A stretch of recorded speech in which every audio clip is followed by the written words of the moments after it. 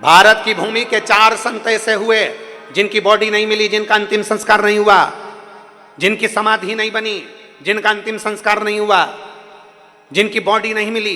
भारत की भूमि के 4 संत थे। पहले नंबर पर रामकृष्ण परमहंस, जिनकी बॉडी नहीं मिली, मरने के बाद जिनका शरीर नहीं मिला, प्राण छूटने के बाद जिनका शरीर नहीं मिला। भारत की भूमि के प्रथम संत रामकृष्ण परमहंस जब प्राण छूटे तो जगत जननी दुर्गा में समा गए। उनकी बॉडी नहीं मिली, उनका अंतिम संस्कार नहीं हुआ, उनका शरीर नहीं मिला। शरीर मिलता तो अंतिम संस्कार होता ना, समाधि बनती ना, नहीं मिला। भारत की भूमि के दूसरे संत चैतन्य महाप्रभु जगन्नाथ में समा गए, बॉडी नहीं मिली, अंतिम संस्कार नहीं हुआ। भारत की भूमि के तीसरे संत संत तुकाराम हरि विठ्ठल में समा गए, बॉडी नहीं मिली, अंतिम संस्कार नहीं हुआ। और भारत की भूमि के चौथे संत मीराबाई द्वारकाधीश के सामने जाकर खड़ी हो गई और द्वारकाधीश मीराबाई से कह दिया, आजा मेरे शरीर से आकर लग जा। मीराबाई द्वारकाधीश की मूर्ति से जैसी गले लगी, भगवान का नीचे का हाथ बीच में से चटक गया और उसमें मीराबाई समा गई।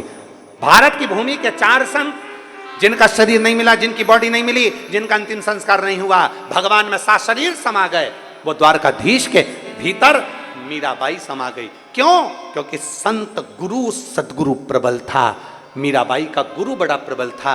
मीराबाई के गुरु संत रविदास दुनिया की निगाह में थे कि चमड़े का जूता बनाते हैं, चर्मकार चर्मकार चर्मकार कहते थे।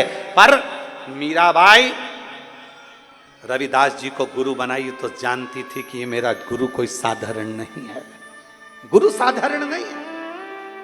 दुनिया के लोग उसमें गलतियां छांटते रहे कि ये चर्मकार हैं।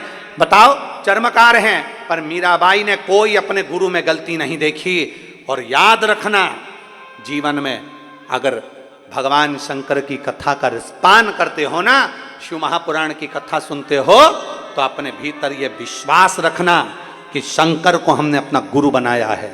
इसलिए मेरे शंकर में, मेरे गुरु में कभी मैं गलती ना देखूं तो मेरे शंकर में मैं अच्छाई देखूं, उसके सिवाय कुछ ना देखूं, कुछ नहीं देखना मुझे।